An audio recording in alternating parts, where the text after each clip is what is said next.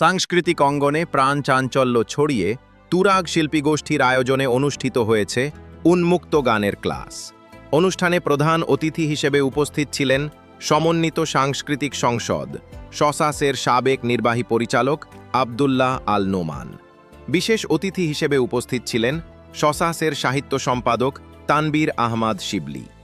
প্রায় ৩ শতাধিক শিক্ষার্থীর প্রাণবন্ত অংশগ্রহণে পুরো আয়োজনটি হয়ে ওঠে উৎসবমুখর ও প্রাণবন্ত। সঙ্গীতপ্রেমী তরুণদের উপস্থিতিতে মুখর হয়ে ওঠে অনুষ্ঠানস্থল।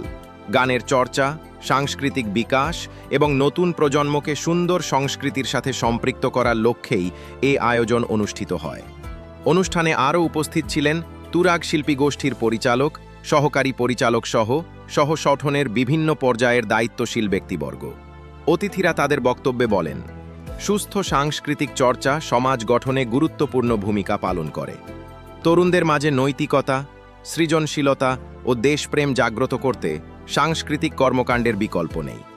সবশেষে মনোমুগ্ধকর পরিবেশে গানের পরিবেশনা ও শিক্ষামূলক কার্যক্রমের মধ্য দিয়ে শেষ হয় এই উন্মুক্ত গানের ক্লাস। অংশগ্রহণকারী শিক্ষার্থীরা এমন আয়োজনকে স্বাগত জানিয়ে ভবিষ্যতেও এ ধরনের কার্যক্রম নিয়মিত চালু রাখার আহ্বান জানান।